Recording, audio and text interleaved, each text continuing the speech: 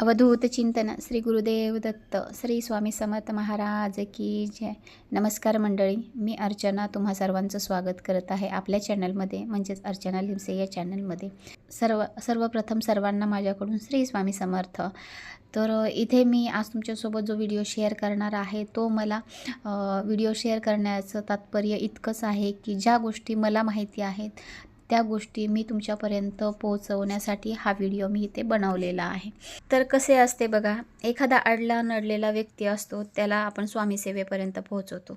जे काही नियम मला माहिती आहेत ते मी तुमच्यापर्यंत ते नियम पोहोचवणे, तुम्हाला त्याच्याबद्दल अनुभूती करून देणे। तुम्हाला पण ते नियम माहिती असायला पाहिजे, कारण आपण एक स्वामी सेवेकरी स्वामी भक्त आहोत। तर हे नियम आपल्याला माहिती असायला पाहिजेत। तर याकरता मी इथे तुम्हाला जी सेवा देणार आहे त्या सेवेला ग्राम अभियान सेवा असे म्हणतात।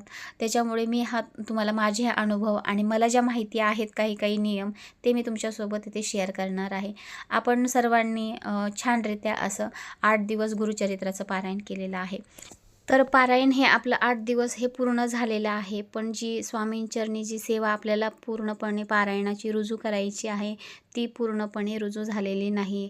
तर त्याकरता आपल्याला इथून पुढचे 40 दिवस हे आपल्याला काही नियम पाळायचे आहेत, म्हणजे आपल्याला त्याची फलश्रुती मिळेल। तर हे 8 दिवस आपण गुरुचरित्राचं पारायण केलं म्हणजे आपली सेवा इथं पूर्ण झालेली नाही आहे। तर ती सेवा स्वामी महाराजापर्यंत, दत्त महाराजापर्यंत आपल्याला जर पोहोचवायची असेल तर आपल्याला या 8 दिवसानंतर पुढे काही दिवस आपल्याला काही नियम पाळायचे आहेत। तर कसं असतं बघा, आपण एखादं रोप लावलं तर ते रोप लावून आपण असं सोडून देत नाही। तर ते रोप आपण वाढवण्यासाठी, फुलवण्यासाठी, बहरवण्यासाठी आपण त्याला खत, पाणी वेळोवेळी त्याची देखभाल करत असतो, त्याची निगा राखत असतो। त्याचप्रमाणे गुरुचरित्र पारायण आपण करून झालेलं आहे, पण त्या गुरुचरित्र पारायणाची फलश्रुती प्राप्त करण्यासाठी, मिळवण्यासाठी आपल्याला पुढचे 40 दिवस काही नियम पाळायचे आहेत आणि ते आपल्याला आपल्या आचरणात आणायचे आहेत। तर पुढचे 40 दिवस आपल्याला बघा, आपण 8 दिवस तर कडकडीत असं मांसाहार बंद केलेला आहे, ब्रह्मचर्य पाळलेलं आहे, किंवा अजून खूप म्हणजे असे नियम वगैरे लावून घेतलेले आहेत। लसूण खायचं नाही, कांदा खायचा नाही, हे नियम वगैरे पाळून आपण हे 8 दिवस पूर्ण केलेले आहेत। तर या पुढचे 40 दिवस आपल्याला मांसाहार घ्यायचा नाही आहे, कारण की तुम्ही बघा, आपण नॉनव्हेज वगैरे खाल्लं तर आपली अशी तामसी वृत्ती होते। मांसाहार हे कसं असतं माहिती आहे का, जे आपल्यामध्ये 8 दिवसामध्ये ऊर्जा निर्माण झालेली आहे, जी पॉझिटिव्हिटी निर्माण झालेली आहे, ती पॉझिटिव्हिटी, ती ऊर्जा कमी करण्याचं काम हे मांसाहार करत असतं। त्याच्यामुळे पुढचे 40 दिवस आपल्याला मांसाहार घ्यायचा नाही आहे। तर बघा, इथे मला जे नियम माहिती आहेत, जे नियम मी पाळत आहे ते नियम मी तुमच्यासोबत शेअर करत आहे। नियम पाळणे की न पाळणे हा सर्वस्वी तुमचा निर्णय आहे। मांसाहार हा आपल्याला 40 दिवस हा बंद करायचा आहे, म्हणजे घ्यायचाच नाही आहे। तुम्ही कांदा लसूण आपण 8 दिवस पाळलं होतं, कांदा लसूण तुम्ही घेऊ शकता, कांदा लसूणचं तसं काही नाही आहे।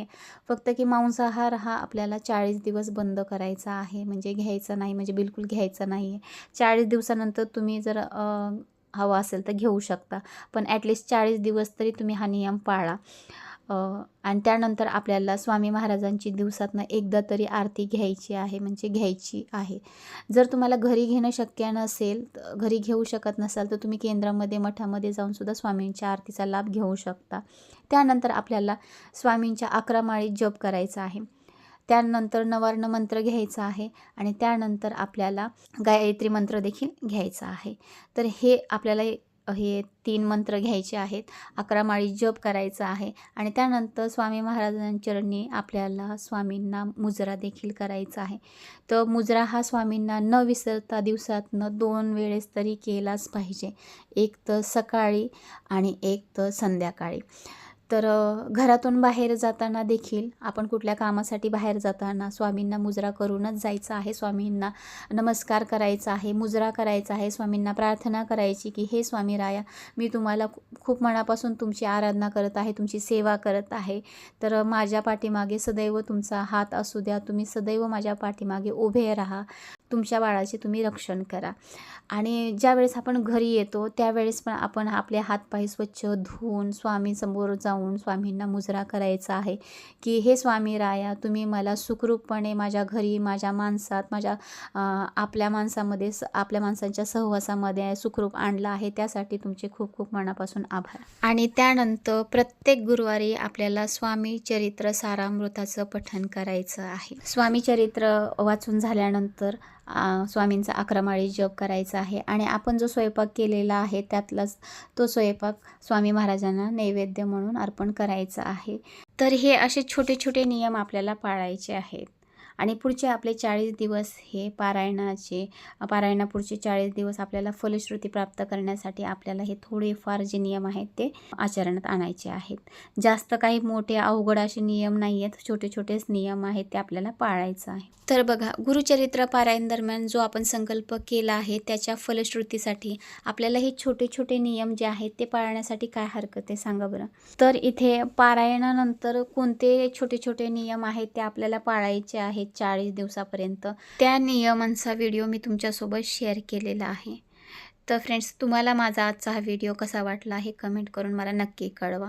तर या व्हिडिओमधून मी माझी सेवा स्वामींचरणी रुजू केलेली आहे. तर फ्रेंड्स, तुम्हाला माझा आजचा हा व्हिडिओ कसा वाटला हे कमेंट करून मला कमेंट बॉक्समध्ये नक्की कळवा. आणि तुम्हाला पण काही नियम अटी जर माहिती असतील तर त्या मला तुम्ही शेअर करू शकता. भेटूया एका नवीन व्हिडिओमध्ये. तोपर्यंत tata, bye, take care. Shri Swami समर्थ.